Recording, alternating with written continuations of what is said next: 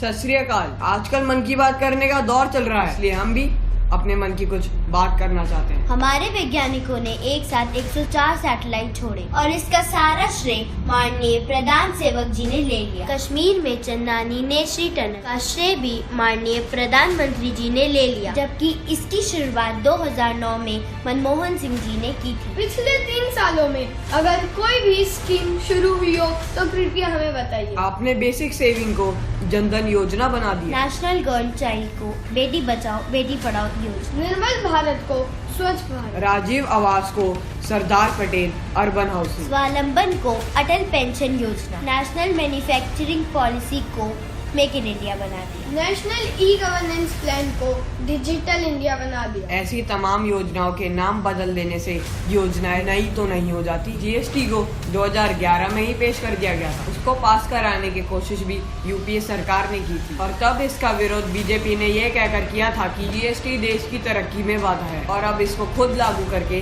प्रधान सेवक जी ने इसका भी श्रेय ले लिया है। मनरेगा की इतनी फजीयत आपने की और अब उसको ही आपने आगे बढ़ाया। आपने आधार कार्ड का भरपूर विरोध करा और अब खुद ही इसको हर चीज में जरूरी बनाने की कोशिश की जा रही है। नोटबंदी से कितना काला धन वापस आया वो आप देश को बताइए। नोटबंदी से आतंकवाद पर कितना अंकुश लगा है ये सबको दिखाई दे रहा है। आज तक इतिहास में कोई भी प्रधानमंत्री बॉर्डर और सेना की गतिविधियों को लोगों के बीच नहीं लाए, लेकिन आपने कारगिल युद्ध सर्जिकल स्ट्राइक को चुनावी मुद्दा तक बना दिया, जबकि सर्जिकल स्ट्राइक पहले भी कई बार हुई है। खैर, प्रधान सेवक जी, हमारे मन की बात तो यह है कि आपकी पार्टी 23 जनवरी 2014 को करेंसी बदलने का विरोध करती है और आप 8 नवंबर 2016 को खुद करेंसी बदल डालते हैं। आपकी पार्टी 2013 में 85 रुपए प्रति किलो तुअर दाल बिकने पर पूरे देश में महंगाई का विरोध करती है और आपके शासन में तुअर की दाल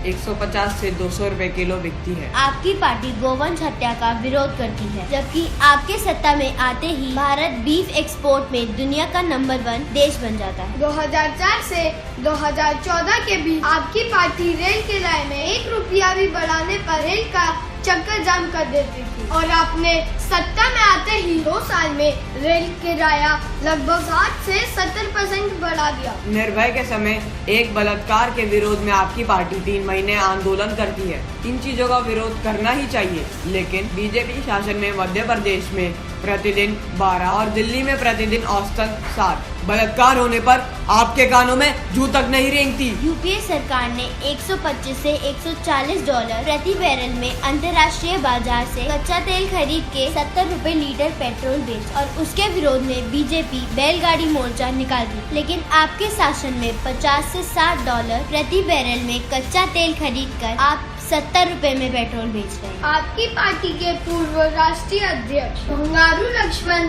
भ्रष्टाचार के पैसे लेके रंगे हाथ पकड़े जाते हैं और फिर भी आपकी पार्टी ईमानदार है, बाकी सब भ्रष्टाचारी। आप कहते हैं कि आप प्रतिदिन 18 घंटे काम करते हैं और 3 साल में आपने देश का कुछ विकास किया हो तो ऐसा कुछ नजर नहीं आता। आपने 100 दिन में सारा काला धन लाने का वादा करा और 1100 दिन में भी आप विदेश से काला धन न ला पाए। आपने किसानों को उनके उत्पादन खर्च पर 50% लाभ देने का वचन दिया और पिछले 3 सालों में किसानों के उत्पाद का सरकारी खरीद रेट 1 रुपया भी नहीं बढ़ाया। आपने एक भारतीय जवान के बदले 10 पाकिस्तानी सर लाने का वादा किया था और पिछले 3 साल में एक के बदले आधा सर भी नहीं ला पाए। आप खुद तो काले धन की बात करते और अपने ही चुनाव में 11,000 करोड़ का खर्च करते हो।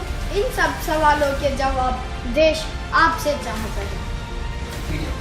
दोस्तों, देश का चौथा स्तंभ यानी हमारी मीडिया, जिसकी भूमिका संदेह के घेरे में है। ऐसा लगता है कि कुछ चैनल तो हमेशा बॉर्डर पे ही रहते हैं। पाकिस्तान से एक स्टूडियो युद्ध इन लोगों ने शुरू किया हुआ है। देश की तरक्की के लिए सरकार क्या कर रही है, इस बात से ये कोसों दूर है। दोस्तों, जरा सोचिए कि आज आपको देशभक्त होने का सर्टिफिकेट कुछ लोगों से लेना पड़ रहा है। हमारी मानसिकता इस स्तर पर पहुंच चुकी है कि अमरनाथ हमले में 50 लोगों की जान बचाने वाले ड्राइवर सलीम का धन्यवाद करने की जगह हम उस पर शक कर रहे हैं कि वो कैसे बच गया, और ऐसा इसलिए है क्योंकि उसका धर्म कुछ और है। गौरक्षा के नाम पर इतनी हत्याएं हो चुकी हैं, इतने दंगे हो चुके हैं, ये सब किसके लिए? कुछ लोग ये भगवा कपड़ा पहनकर अपने आप को कानून से ऊपर समझने लगे हैं। सरेआम मारपिटाई, हत्याएं और सामाजिक दंगे करने में लगे हुए हैं। ऐसे लोगों से हम विनती करते हैं कि इस केसरी रंग को बदनाम ना करें।